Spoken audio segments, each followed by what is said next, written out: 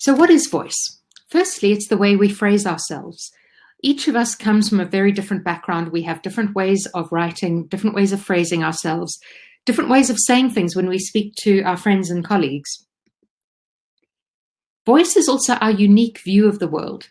You know, the way that I would view girls getting ready at a party or arriving at a party is very different, obviously, from the way that Scott Fitzgerald would view them.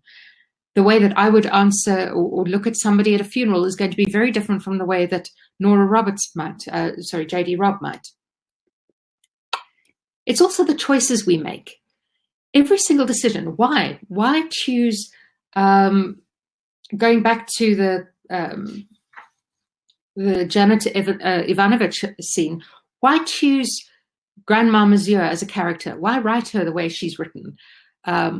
Why include this scene in the story, which is actually about a female bounty hunter going after a cop who's wanted for skipping bail? These are all the questions that the choices that we make as we're writing our stories create the voice of the story. So voice, as you can gather, is much more than just a writing style.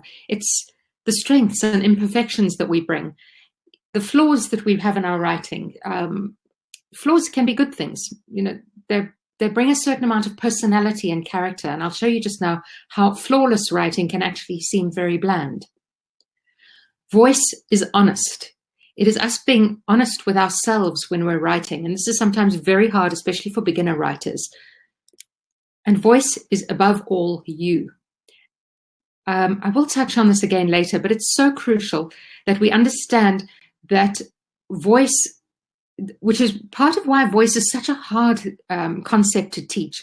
Because as I say, if it were just writing style, it would be a whole lot easier. We could just say, this is how you structure your sentences. This is how you pace something. But if you tried writing in the way that I told you to write, it might come across as stiff and formal, and the voice would seem undeveloped because the voice is above all you. And this is why it's often so hard to teach voice, because it's a psychological or mental process. It's like trying to teach somebody to be open and honest with themselves and to be open and honest on paper. And really, that can't be taught. But when you write, I want you to sit down and just open yourselves up. And I'm going to give you some tips towards the end of this webinar on how to do it. But voice is something that can be developed. In the beginning, you're very formal and trying to get everything right, and it is hard. But you can develop your own voice and have your natural voice come out.